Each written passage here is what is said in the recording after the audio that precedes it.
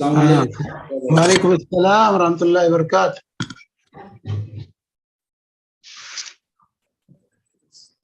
ہاں فرمائیے۔ شیخ 8 رکعت اور 20 رکعت کا کیا مسئلہ ہے تراویح کے تعلق سے؟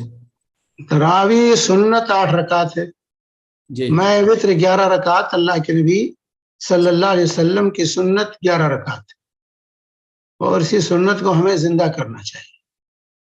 اللہ کے رسول نے 20 رکعت کبھی نہیں پڑھی، نہ پڑھنے کی طرف رہنمائی کی، اور جو روایات صحابہ کے بارے میں بھی ہیں ان روایتوں کے اندر بھی کلام ہے۔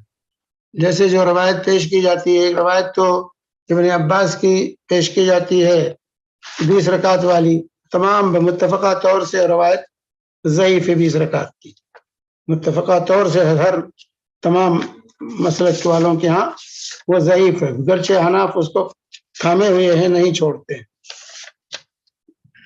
سمجھے؟ ابن عباس کی جو روایت ہے مصنف ابن شیبہ وغیرہ کی، وہ جو ہے 20 رکعت کی تراویح کی کہ اللہ رسول 20 رکعت پڑھتے تھے، تو یہ انتہائی درجے جو ہے ضعیف ہے، اور اس کو جو ہے علماء نے، حافظ ابن حجر نے، امام سیوطی نے، تمام علماء نے اس کو ضعیف قرار دیا، جو ہے حتیٰ کہ جو ہے علماء دیوبند نے بھی اس کو ضعیف قرار دیا۔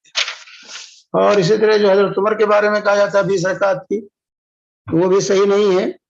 جو موطا امام مالک میں 2 روایتیں، ایک روایت ہے جو صحیح روایت ہے کہ حضرت عمر نے ابی بن کعب کو میں وطر 11 رکعت پڑھانے کا حکم دیا، یہ روایت ہے، حضرت عمر نے جو حکم دیا تھا وہ 11 رکعت۔ دوسری روایت جو عام طور سے پیش کی جاتی ہے، 20 رکعت والے پیش کرتے ہیں کہ جو ہے حضرت عمر کے زمانے میں لوگ 20 رکعت پڑھتے تھے، وہاں حکم کا نہیں ذکر ہے، اس میں ہے کہ حضرت عمر کے زمانے میں لوگ 20 رکعت پڑھتے تھے، جو ہے 20 رکعت جو ہے حضرت عمر کے زمانے میں پڑھتے تھے۔ یہ روایت جو ضعیف ہے جو ہے ان عمر جو ہے، ایک تو ابی بن کعب کی روایت سے ہے، یہ روایت بھی ضعیف ہے، اس کی سند میں ابو جعفر الرازی ہے جس کا نام عیسیٰ بن ابی عیسیٰ بن حمان ہے، اور یہ ضعیف راوی، امام ذہبی وغیرہ نے اس کو ضعفاء میں ذکر کیا۔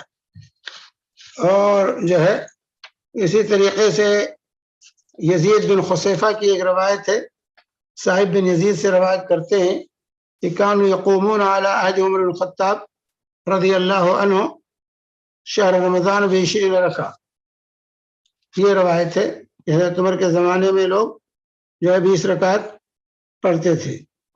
تو یزید بن خصیفہ نے اسے صاحب بن یزید سے اس کو روایت کی، اور یزید بن خصیفہ گرچہ ثقہ راوی ہے لیکن امام احمد نے ایک روایت میں منکر الحدیث قرار دیا ہے، اس لیے امام ذہبی نے ان کو میزان الاعتدال میں ذکر کیا ہے، جس میں متکلم فی راویوں کو ذکر کیا جاتا ہے۔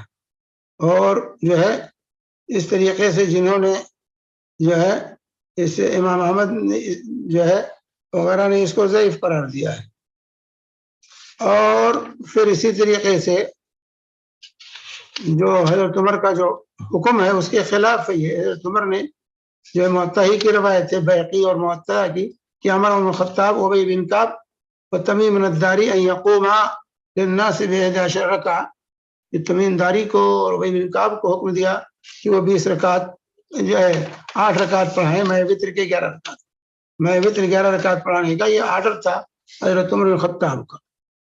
اور ایک روایت جو پیش کی جاتی ہے کان الناس یقومون فی زمن عمر، جو ہے جو عمر جو ہے کہتے کہ جو بھی 20 رکعت، تو یہاں پر جو ہے صاحب بن یزید جو ہے کی جو روایت ہے ضعیف ہے، کیونکہ حارث بن عبد الرحمن بن ابی ذیاب اس میں ہے جو صاحب بن یزید رضی اللہ تعالی عنہ سے روایت کرتے ہیں، اور دونوں کا لقاء ہی ثابت نہیں، اور وہ عبد الرحمن بن ابی ذیاب جو ہے زبابی متکلم فی راوی ہیں، ان کا حافظہ بھی کمزور ہے، اور جو ہے یہ جو ہے ضعیف روایت پر امام مالک نے ان پر اعتماد نہیں کرتے تھے، جیسے کہ تہذیب التہذیب وغیرہ میں لوگوں نے ذکر کیا۔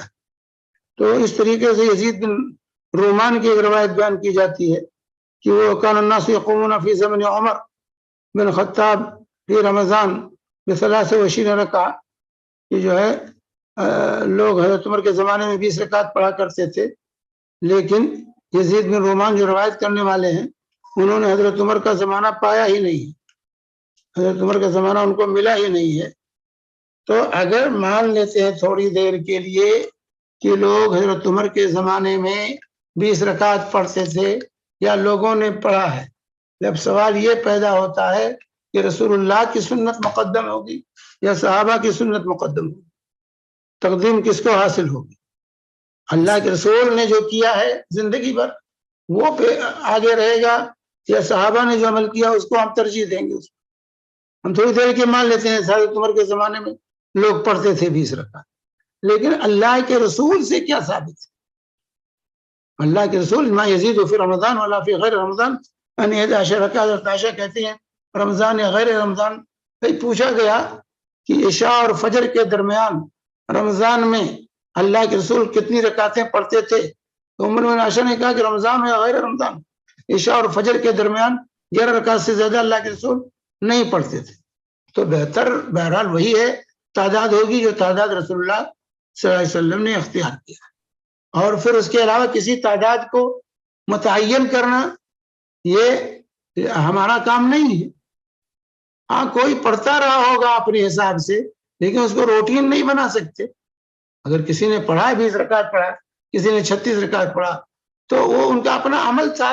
علامہ تیمیہ رحمہ اللہ فرماتے ہیں کہ 20 رکعت کا معاملہ یہ ہے کہ پہلے صحابہ جو پڑھتے تھے وہ لمبی قرأت ہوتی تھی، لمبا قیام، لمبا رکوع، 100 آیتیں ایک رکعت میں صحابہ پڑھتے تھے، یہاں تک کہ ابی بن کعب کے پیچھے صحابہ لاٹھی لے کر کھڑے ہوتے تھے تاکہ کہیں طول قیام سے گر نہ پڑے، لاٹھی کا سہارا لے کے کھڑے ہوتے تھے، تو لمبی پڑھتے تھے۔ جب بعد کے ادوار میں تیمیہ رحمہ اللہ فرماتے ہیں بعد کے ادوار میں لوگ جب یہ طول قیام نہ کر سکے تو اس کے میں انہوں نے رکعتیں بڑھا دی، ہر ایک نے اپنے اپنے حساب سے رکعتیں بڑھا کر لوگ قیام کرنے لگے۔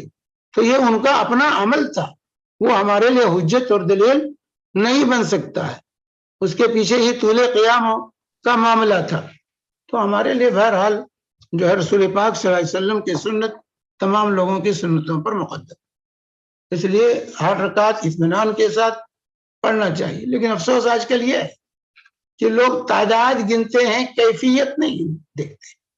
کیفیت صلاۃ کیا ہونا چاہیے، کیفیت پر سنت کی اتباع نہیں کرتے، تعداد میں کہتے ہیں 20 کی 8 جھگڑے کرتے ہیں، لیکن کس طرح طول قیام تھا اور کیسی قرأت ہوتی تھی، کیسے رکوع اور سجدے ہوتے تھے، اس پر ہماری نگاہ نہیں جاتی ہے۔ صرف ہم رکعت، ہمارے ہاں ایک صاحب سے بیچارے وہ 10 منٹ میں 20 رکعت پڑھاتے تھے، دعا کے اندر 10 منٹ میں 20 رکعت لوگوں کو پڑھا دیتے تھے، اور ان کی مسجد کے چاروں طرف روڈوں پر لوگ کھڑے ہو کر نماز پڑھتے تھے جلدی ختم ہو جائے۔ تو یہ تو کھیل ہے جو ہے تراویح کے ساتھ۔ اطمینان سے پڑھیے، 8 رکعت پڑھیے، اطمینان سے پڑھیے، بہتر وہی۔ ایک اور سوال ہے وطر کے تعلق سے، وطر 3 رکعت افضل ہونا چاہیے یا 1 رکعت افضل ہے؟ دیکھیے افضل و مفضول کی بات نہیں، اصل چیز وطر جو ہے، وطر ایک ہی رکعت ہے، اصل 1 رکعت ہے، جتنی رکعتیں پڑھ کر 1 رکعت پڑھ لیں گے وہ سب وطر ہو جاتی۔ جیسے اللہ کے رسول صلی اللہ علیہ وسلم نے فرمایا صلاۃ اللیل مثنی مثنی وَإِذَا خَشِیَ أَحَدُکُمُ الصُّبْحَ فَصَلِّ رَکَعَةً تُوتِرُ لَهُ مَا قَدْ صَلَّى، کہ رات کی نماز 2 رکعت کر کے ہے، جب صبح ہونے لگے تو 1 رکعت پڑھ لو، تمام رکعتیں جتنی پڑھے ہیں سب کو وہ وطر بنا دے گی۔ تو وطر 1 رکعت، 3 رکعت، 5 رکعت، 7 رکعت، 9 رکعت، 11 رکعت، ان میں سے جو تعداد چاہے انسان اختیار کرے، لیکن کسی ایک کو روٹین بنا لینا۔ کچھ لوگ ہوتے ہیں 1 ہی رکعت پڑھتے ہیں بڑا ہمیشہ، نہیں، 1 ہی رکعت ہمیشہ نہیں پڑھی جائے گی، کیونکہ اللہ کے رسول صلی اللہ علیہ وسلم کا عمل مختلف تھا۔ اس لیے سنت کیا ہے کہ مختلف، کبھی 1 پڑھیے، کبھی 3 پڑھیے، کبھی 5 پڑھیے، کبھی 7 پڑھیے، کبھی 9 پڑھیے، کبھی 11 پڑھیے۔ اکثر عمر اللہ کے رسول صلی اللہ علیہ وسلم کا 11 کا تھا۔ تو بہرحال تو وطر جو ہے جو چاہیں پڑھ سکتے ہیں، لیکن کسی ایک کو روٹین نہیں بنا، ایک کے لیے کہ 1 ہی ہمیشہ پڑھیں، نہیں، جو 3 کر لیجئے، 5 پڑھیے، 7 پڑھیے. جزاک اللہ خیر. حیاکم اللہ، بارک اللہ. اسی دوران 2-3 سوال آ گئے. اور جمعہ کے بعد دن سورج غروب ہونے سے پہلے دعا کرنی چاہیے یا عصر کے فوراً بعد؟ کس میں؟ شام کی؟ جمعہ کے دن سورج غروب ہونے سے پہلے دعا کرنی چاہیے یا عصر کے فوراً بعد؟ عصر اور سورج غروب ہونے کے درمیان وہ وقت ہے، یہ پورے وقت کو غنیمت سمجھنا چاہیے اور یہ پورے وقت میں دعا کرنی چاہیے. جی، ایسا کوئی مخصوص وقت دیا ہوا نہیں ہے کہ دعا مخصوص وقت نہیں، عصر اور مغرب کے درمیان. دوسرا سوال یہ ہے کہ مومن کو بیماری ہوتی ہے، تکلیف ہوتی ہے، تو اس کے لیے گناہوں کے مٹنے کا سبب ہوتا ہے، اجر ملتا ہے، لیکن غیر مسلم بیمار ہوتا ہے، اس کے لیے کیا حکمت ہے؟ اس کے لیے کیا حکمت ہے؟ اس کو حکمت کی ضرورت ہے. کافر کے لیے اس کو بھی اس کے کیے کی سزا ملتی ہے، اس کو بھی اس کے کیے کی اس کے گناہ نہیں جھڑتے ہیں، اس کو اس کے کیے کی سزا ملتی ہے. جہنم میں تخفیف ہو سکتا ہے اس کی وجہ سے. جی شیخ.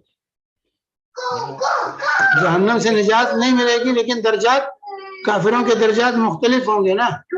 کسی کو کم عذاب ہوگا، کسی کو زیادہ عذاب ہوگا. تمام کافروں کو ایک جیسا عذاب نہیں ہوگا. ایک سوال ہے کہ تراویح سننا 8 رکعت کے ساتھ، لیکن نفل کوئی روک نہیں ہے، یا تراویح سننا 8 رکعت ہے لیکن نفل کی کوئی روک نہیں ہے، لیکن نفل پر کوئی پابندی نہیں ہم بھی کہتے ہیں، لیکن اس کی تعداد کیسے متعین کریں گے؟ اگر کسی تعداد کو آپ روٹین بناتے ہیں تو اس کے دلیل چاہیے، اور تراویح کے ساتھ مت اس کو شامل کیجیے. شامل کریں گے تو تراویح کی تعداد کو آپ بدل رہے ہیں. آپ نوافل پڑھیے، جتنا پڑھنا چاہیں پڑھ سکتے ہیں، لیکن روٹین بنا کر تعداد متعین 20 رکعت پڑھیں گے، تعداد آپ متعین نہیں کر سکتے. نوافل کی تعداد آپ متعین نہیں کر سکتے. آپ 20 پڑھیں، کبھی 40 پڑھیں، کبھی 60 پڑھیں، کبھی 100 پڑھیں، تب دیکھیں کہ ہاں کتنا درد ہے. وہ 20 ہی کے ساتھ کیوں تعلق ہے؟